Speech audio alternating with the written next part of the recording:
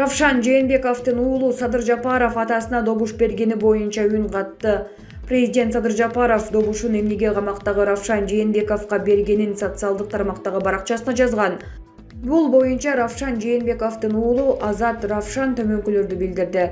Садыр Жапаров өзү көп жакта саясий туткун болгонун айтып жүрөт. Менин атама добуш берип, ал боюнча пикирин билдиргенден кийин президент дагы атамды саясий туткун деп өзү таанып жатат. Демек, демократиялык өлкөдө саясий туткундарды кармабаш керек. Албетте, президент демократия үчүн күрөшкөн адамга добуш бергени жакшы деп билдирди ал.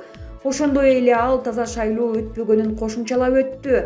Булак рейтинг чекиткейи. Бактыбек Калмаматов эки дос парламентти тең экиге бөлүп алды. Кемчилик үчүн өкмөт отставкага кетиши керек. Министрлер кабинетинин БШКнын толук курамы отставкага кетишин талап кылабыз, дейт Бактыбек Калмаматов. Муну шайлоо деп айтканга болбойт, эки дос парламентти тең экиге бөлүп алды. Бул тууралуу Азаттык партиясынан депутаттыкка талапкер Бактыбек Калмаматов БШКнын алдында журналисттердин суроолоруна жооп берип жатып билдирди. Мамлекетти мынтип башкарганга болбойт, ушул шайлоодо кетирилген кемчиликтер үчүн өкмөт толугу менен отставкага кетиши керек. Шайлоо жокко чыгарылышы зарыл, шайлоо кантип бурмаланганын элдин баары көрдү.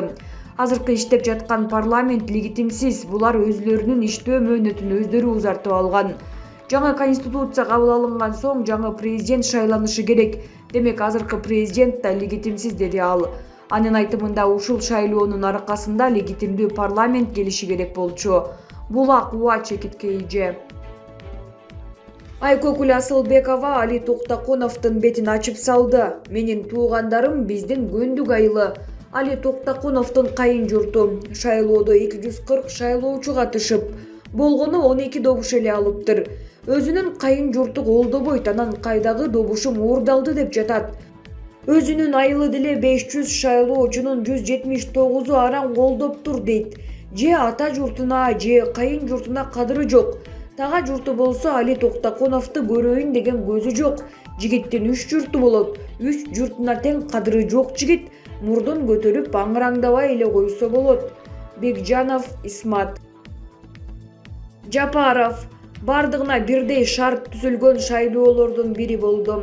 Президент Садыр Жапаров 29 ноябрда өлкөдөгү парламенттик шайлоолорду өткөрүүнүн жүрүшүнө мониторинг жүргүзгөн. Эл аралык байкоочулар миссияларынын жетекчилери менен жолугушту. Мамлекет башчысы КМШ, ЖКК, ШК, Түркпа, Түрк мамлекеттер уюму, Ислам кызматташтык уюму, Европадагы коопсуздук жана кызматташтык уюмунан, ошондой эле Өзбекстандын жана Грузиянын борбордук шайлоо комиссияларынын жетекчилерине парламенттик шайлоого эл аралык байкоочу катары катышкандыгы үчүн чоң ыраазычылык билдирди. Ал шайлоолорго 700дөн ашуун эл аралык байкоочулар күбө болгонун белгиледи. Садыр Жапаров бул шайлоолор 2020 жылдын октябрында өздөрүнүн мыйзамдуу укуктарын коргоого чечкиндүү чыгып, жана Кыргызстанды өнүгүүнүн демократиялык жолуна кайтарууну талап кылган коомчулук жана өлкөнүн келечеги үчүн өзгөчө мааниге ээ экенин белгиледи. Ал коомчулуктун кыжырдаануусун жана нааразылык маанайын дал парламенттик шайлоонун натыйжалары шарттаганын, бул шайлоо күнүнө чейин жана шайлоо күнү мыйзамдардын бузулушунан улам жарандардын эркин билдирүүсүнө туура келбегендигин эске салды. Бул шайлоолор эң атаандаштыктагы жана катышуу шарттары боюнча бардыгына тең шайлоолордун бири болуп калды.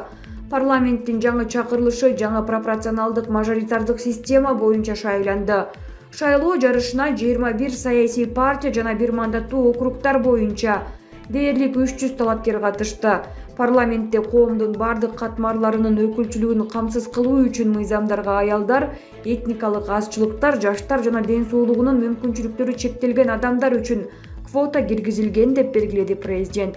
Мамлекет башчысы коомчулуктун талаптарынын бири шайлоолорду ачык, таза жана атаандаштыкта өткөрүү, алардын жыйынтыгы биринчи кезекте жарандар жана саясий күчтөр тарабынан мыйзамдуу деп таанылышы болуп саналаарын өзгөчө көңүл бурду. Эл аралык байкоочулар президентти жана өлкө элин парламенттик шайлоонун ийгиликтүү өтүшү менен куттукташты. Булак Марал ФМ чекиткейи. Омикрон катталган өлкөлөрдүн жарандары Кыргызстанга киргизилбейт. 1 декабрдан тарта Кыргызстанга кирүүдө адамдардын коронавирус жоктугун тастыктаган милдеттүү ПЦР тест талап кылынат. Инфекциянын жаңы омикрон штаммы катталган мамлекеттердин жарандары өлкөгө киргизилбейт. 29 ноябрдагы расмий маалыматка ылайык Саламаттыкты сактоо министрлиги аталган штамм аныкталган өлкөлөрдөгү жагдайга байкоо салып, маалыматтарды Улуттук коопсуздук мамлекеттик комитетинин чек ара кызматына берет. Чет элдиктер жана кыргызстандыктар эмделүү макамынан көз карандысыз түрдө милдеттүү тартипте коронавирус инфекциясына ПЦР тест тапшырууга тийиш. Мамлекеттик органдарга COVID-19 жаңы штаммына байланыштуу толук даярдыкта туруу тапшырмасы берилди. Буга чейин Саламаттыкты сактоо министрлиги, Тышкы иштер министрлиги, Дүйнөлүк саламаттыкты сактоо уюму менен COVID-19 жаңы штаммына байланыштуу чукул консультация өткөрүлгөн.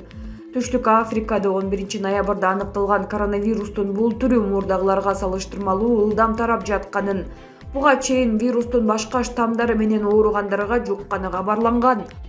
Омикрон Ботсвана, Израиль, Бельгия, Гонконг, Британия, Австралия, Италия жана Германияда аныкталды. Көпчүлүк мамлекеттер бул штамм катталган өлкөлөргө аба каттамдарын токтотуп, чек араларын жапты. Кыргызстанда коронавирус жуккандардын расмий катталган саны 183 миңден ашып, 2750-гө жакын адам көз жумду. Булак Назар Ньюс чекиткейже. Эрдоган Украина менен Орусияга арачы болууну сунуш кылды. Туркиянын президенти Режеп Тайип Эрдоган анын өлкөсү Украина менен Орусиянын ортосунда арачы болууга даяр экенин билдирди. НТВ телеканалы 29 ноябрда кабарлагандай, Түркмөнстандан кайтып келатып Эрдоган Анкара Кара деңиз аймагында тынчтыктын жана стабилдүүлүктүн орношууну каалайт деп айтты. Президент орус мамлекет башчысы Владимир Путин менен бул маселени мурда да бир нече жолу сөз кылганын кошумчалады. Эрдогандын сунушуна азырынча расмий Москва же Киев комментарий бере элек. НАТОнун мүчөсү болгон Туркиянын эки өлкө менен тең мамилеси жакшы. Бирок Анкара Москванын Крым жарым аралын аннексиялашын сындап, Украинанын аймактык бүтүндүгүнө колдоосун билдирип келатат.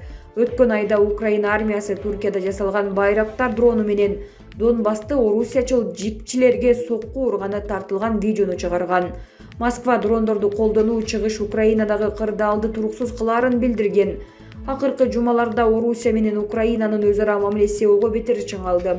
20 ноябрда Украин чалгын кызматы Орусия чек арага 92 миңден көп аскерин жайгаштырганын, жыл башында сокку урууга даярданып жатканын билдирген. Буга чейин америкалык бир катар маалымат каражаттары батыштагы чагылгынчыларга жана расмий маалыматтарга таянып, Орусия Украинага кол салууну даярдап жатышы мүмкүн экенин, Кремль соңку чечимди кабыл ала электигин жазышкан. АКШ бийлиги жана Евро биримдик Украин-Орус чек арасындагы акыркы өнүгүүлөргө бир нече жумадан бери тынчсыздануусун билдирип келет. Москва кошуна өлкөнүн аймагына чабуул коюуга даярдык көргөнүн танып, Украина менен АКШнын Кара деңиздеги аскердик машыгуусун агрессивдүү кадам деп сыпаттаган. Булак Азаттык чекит.org.